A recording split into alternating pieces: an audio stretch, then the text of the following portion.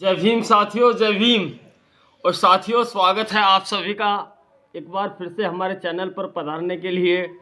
और साथियों, मैं जो हमेशा पंक्तियाँ लेकर आता हूँ वो देश हित में और जनहित में ही लेके आता हूँ। इन पंक्तियों को ज़रूर सुने, क्योंकि आज देश में जहाँ तहाँ अहिंसा भड़क रही है। कहीं किसानों पर अत्याचार हो रहा है, कहीं मुस्लिमों पर अत्याचार हो रहा है, कहीं दलितों का शोषण हो रहा है। साथियों, इस देश में कोई ऐसा पिछड़ा वर्ग या कोई सा वर्ग नहीं बचा है जिसका शोषण नहीं हो रहा है। तो हमें अब जानना चाहिए कि इस देश में, इस प्रदेश में कि जो शासनकाल रहा है बसपा का, वो एक अनूठा ही रहा है। कुछ लोग तो बसपा का नाम सुनते ही खिसक जाते हैं, वीडियो को स्किप करते हैं। पहले बसपा के शासनकाल के बारे में जान तो लीजिए आप, इस नफरत को छोड़ के, कि इस देश में नफरत न होती, इस देश में न नफरत न होती तो बेरोजगार न युवा यहाँ होता। अगर इस देश में नफरत न होती जाति और धर्मों के नाम पर, तो साथियों आज जो युवा बेरोजगार घूम रहा है, रोजी रोटी मांगता है, तो उसको सरकार जैसे किसानों के साथ कर रही है, ठीक वैसा ही युवाओं के साथ करती है। कि इस देश में नफरत न होती तो बेरोजगार न युवा यहाँ होता। काहे होते हर दिन धरने, दिल्ली में किसान क्यों होता। कि साथियों, ये अच्छी सरकार होती जो वर्तमान में चल रही है, जो हम सब का शोषण कर रही है और ताबड़तोड़ महंगाई हम सब लोगों को दे रही है। तो अगर अच्छी सरकार होती है तो देश में धरने नहीं होते, दिल्ली में किसान बैठे नहीं होते। जैसे किसानों के साथ सबसे बुरा सलूक किसानों के साथ, दलितों के साथ और मुस्लिम समाज के साथ इस देश में हो रहा है, फिर भी ये समाज एक होकर एकजुट नहीं बन रहा है। वो आज भी जाति और धर्मों में बटा है।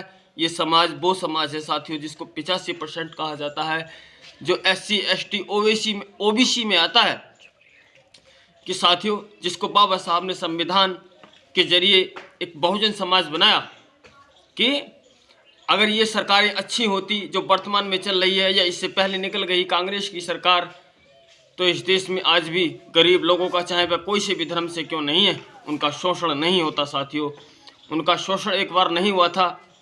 कब नहीं हुआ था? जब बसपा की सरकार थी, तो यहाँ किसी का शोषण नहीं हुआ, किसी प्रकार की कोई अहिंसा नहीं भड़कती थी, कभी इंसानों को परेशानी नहीं, कभी सरकार को कोई हानि नहीं।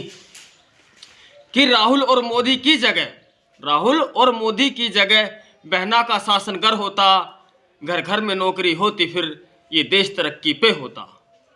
कि साथियों, अगर राहुल की जगह और मोदी की जगह, यानी बीजेपी एंड कांग्रेस की जगह बसपा इस देश में होती, तो हर घर से एक व्यक्ति को सरकारी नौकरी मिलती और ये देश तरक्की करता।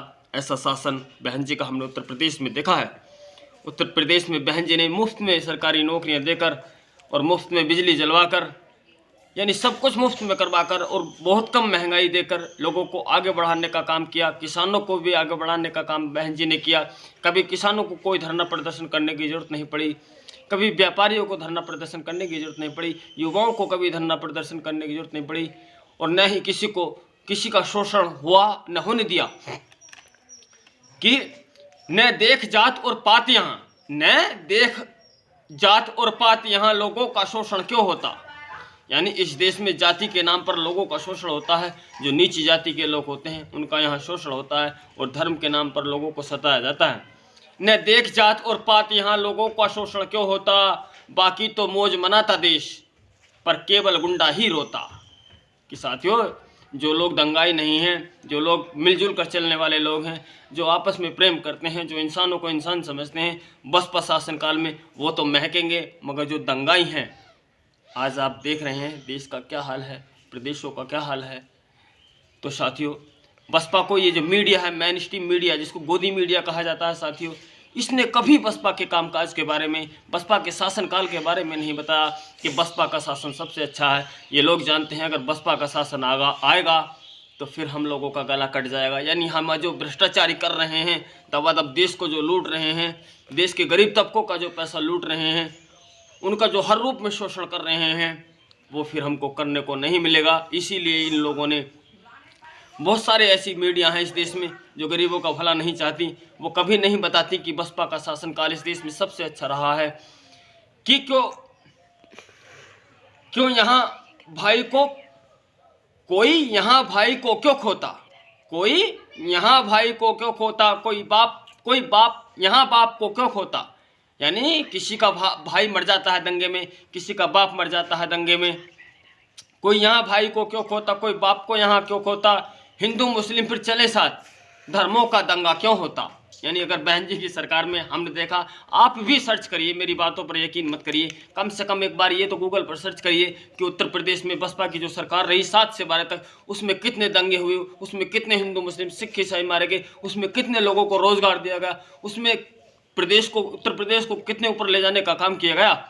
मगर मनुवादी मीडिया, ये जो गोदी मीडिया और कुछ वैसे छोटे छोटे मीडिया, यानी जो प्राइवेट मीडिया है, अपना खुद का यूट्यूब चैनल बना रखा है, जिनके अच्छे खासे व्यूज आते हैं दिन भर में 10-10 लाख, वो लोग भी कभी नहीं बताते कि इस देश में 4-6 लोग हैं इस देश में, जैसे पूनिया जी हैं, और भी 4-6 लोग हैं, जैसे कि हमारे ओझा सर हैं, दिव्य कीर्ति सर हैं, ऐसे कई सारे लोग हैं जो जानते हैं कि बहना के शासनकाल के बारे में लोगों को बताने का काम करते हैं। मगर ये गोदी मीडिया और मनोवादी मीडिया ऐसे पानी फेर देता है, यानी नफरत का जो जहर है उसको घोल देता है, जो आज देश में देखने को मिल रहा है कि कोई यहाँ भाई को क्यों खोता, कोई यहाँ बाप को क्यों खोता, हिंदू मुस्लिम फिर चले साथ, धर्मों का दंगा क्यों होता।